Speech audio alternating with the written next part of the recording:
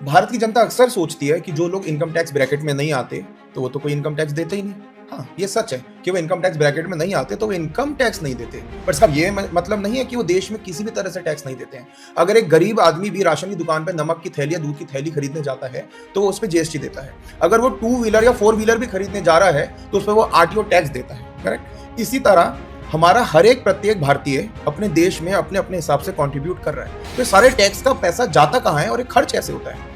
नमक की थैली पर टैक्स, डेली यूज के आइटम्स के ऊपर टैक्स। करेक्ट। अब ये जो सारा टैक्स का पैसा इकट्ठा है, उसी टैक्स के पैसे से सरकार टेंडर्स निकालती है, डेवलपमेंट के लिए बजट्स एलोकेट करती है, वहाँ ये सारा टैक्स का पैसा जाता है। करेक्ट। ग्राउंड पे एक प्रॉब्लम बस हमारे देश में है, वो मैं बताना चाहता हूँ कि लोगों को सिर्फ इस चीज़ से मतलब है कि हम इनकम टैक्स ब्रैकेट में आते हैं या नहीं आते हैं।